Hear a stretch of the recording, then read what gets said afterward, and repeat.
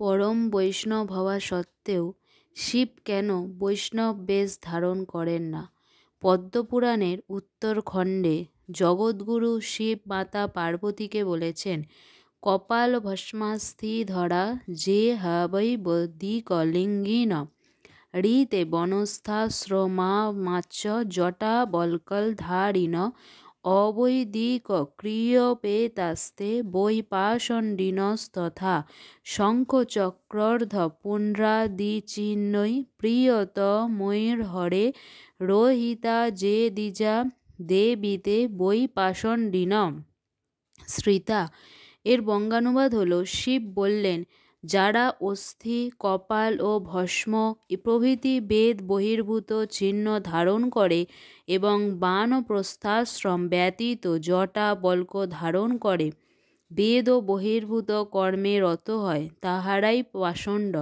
হে দেবী, যে সকল দ্বিজ, শঙ্খ, চক্র ও ঊর্ধ্ব পুণ্ড্রাদি হবির প্রিয়তম চিহ্নে ধারণ করে না, তারা পাষণ্ড বলে অভিহিত। সমস্ত প্রামাণিক শাস্ত্রে এবং সকল প্রামাণিক সম্প্রদায়ে আচার্যগণ জগদ্গুরু শিবকে পরম বৈষ্ণব রূপে বন্দনা করেছেন, কিন্তু আমরা দেখতে পাই মহাযোগী শিব বৈষ্ণবদের মতো ঊর্ধ্ব পুণ্ড্রক, তিলক বা বৈষ্ণব বেশ ধারণ করেন না। উল্টে তিনি পাষণ্ড বেশ ধারণ করেছেন। এর কারণ কি?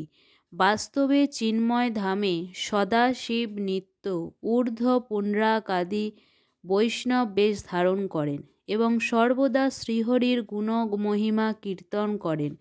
জড়জগতের যে পার্বতীপতি শিব, তিনি শ্রীহরির নির্দেশেই অবৈষ্ণব বেশ অর্থাৎ বাঘের চর্ম, ত্রিপুণ্ড্রক ধারণ, ভস্ম অস্থি লেপন করেন।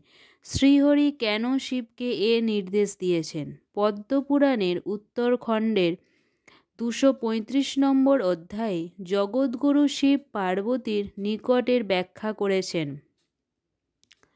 অসুরেরা বিষ্ণু ভক্তির ছল করে তপস্যা দ্বারা শক্তি লাভ করে সে শক্তি দিয়ে দেবলোকাদি দখল করার উপক্রম হলে দেবতারা শ্রীহরির নিকট সাহায্য প্রার্থনা করেন।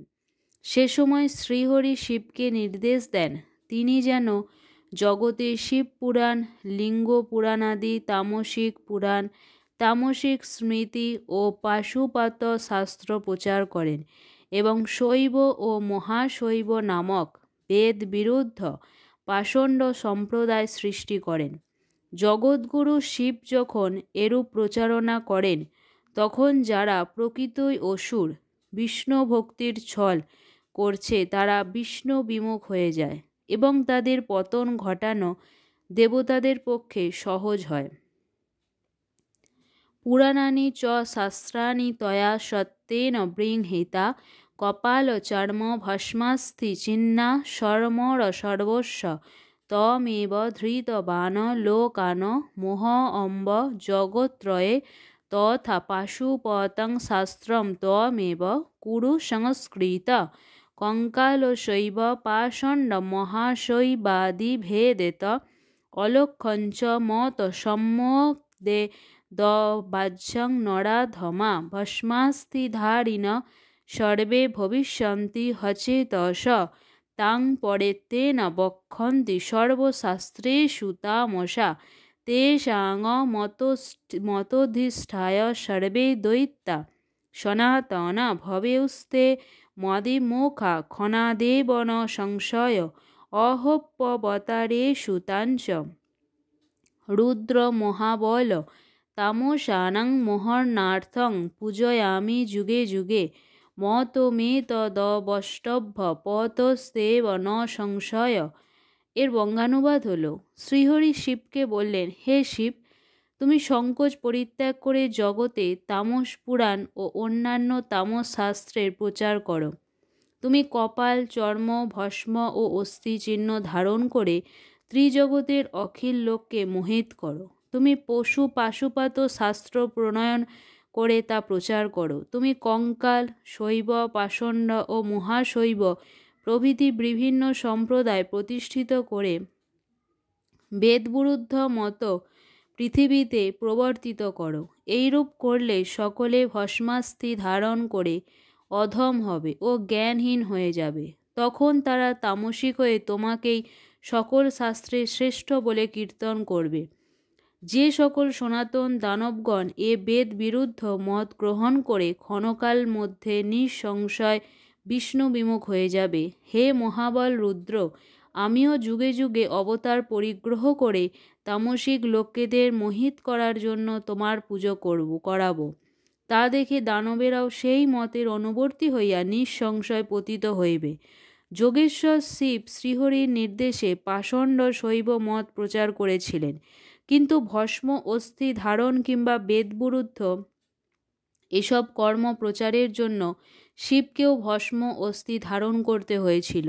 সে পাপ থেকে বাঁচতে তিনি শ্রীহরি শরণাপন্ন হলে শ্রীহরি বললেন, হে শিব, তুমি শ্রীরাময় নম এই সর্ব দুঃখহর পাপীগণের মুক্তিপ্রদ উত্তম মন্ত্র উচ্চারণ করবে। তুমি নিত্য এই মন্ত্র জপ করে কলসমুক্ত হবে। ভস্মাস্থি ধারণে তোমার যে পাপ সম্ভব হবে, এই শুভ মন্ত্রোচ্চারণে তা বিনাশ হয়ে যাবে। এজন্যই পরম বৈষ্ণব হওয়া সত্ত্বেও শ্রীহরির নির্দেশ পালনে শিব বৈষ্ণব বেশ ধারণ না করে ভস্ম অস্থি সম্বলিত পাষণ্ড বেশ ধারণ করে আসরিক চিন্তাধারার বিষ্ণু দেশীদের পতন ঘটান। জগৎগুরু শিব শ্রীহরির নির্দেশে অসুর মোহনার্থে এরূপ পাষণ্ড বেশ ধারণ করেছেন, কিন্তু তাই বলে তাকে তামসিক দেবতা হিসেবে পরিগণিত করা মহাপাতকী।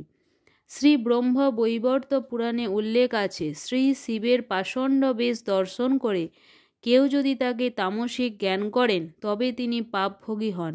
পরম বৈষ্ণব শিব সর্বদা শুদ্ধ সত্য ভগবত ভক্ত। পরম ভগবত ভক্ত শিব ত্রিগুণের ঊর্ধ্বে এবং তিনি শ্রীহরির সবচেয়ে প্রিয় ভক্ত। তাই শ্রীমদ্ ভাগবত মতে বলা হয়েছে, ভক্তগণের নিকট শিবের ন্যায় প্রিয় আর কেউ নেই। জয় জয় মহাযোগী মহাদেব, জয় শ্রী সচ্চিদানন্দ বিগ্রহ পরমেশ্বর শ্রীকৃষ্ণ, জয় জয় বৈষ্ণব ভক্তবৃন্দ। হরে